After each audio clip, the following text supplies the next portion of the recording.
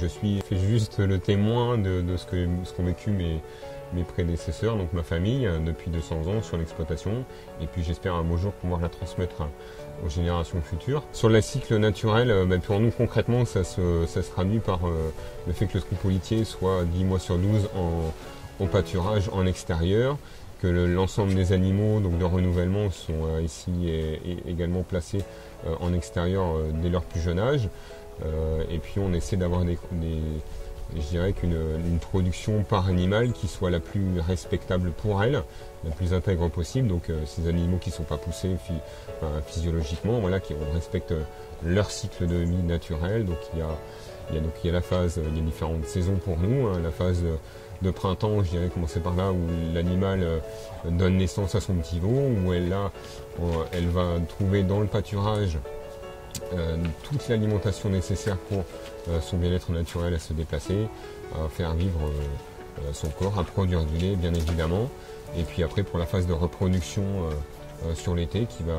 donc 9 mois plus tard redonner naissance au printemps suivant. Et puis donc c'est aussi la phase je dirais du printemps en été et d'automne où elle va trouver toute l'alimentation, donc avec toute cette variété de plantes différentes qui va évoluer au cours de la saison, de toutes ces graminées, ces légumineuses, toutes ces fleurs, toutes ces plantes aromatiques qui vont donner aussi son goût au lait. Les vaches disposent d'un plat qui est multivarié, qui bénéficie à la fois d'énergie, de protéines, de lipides,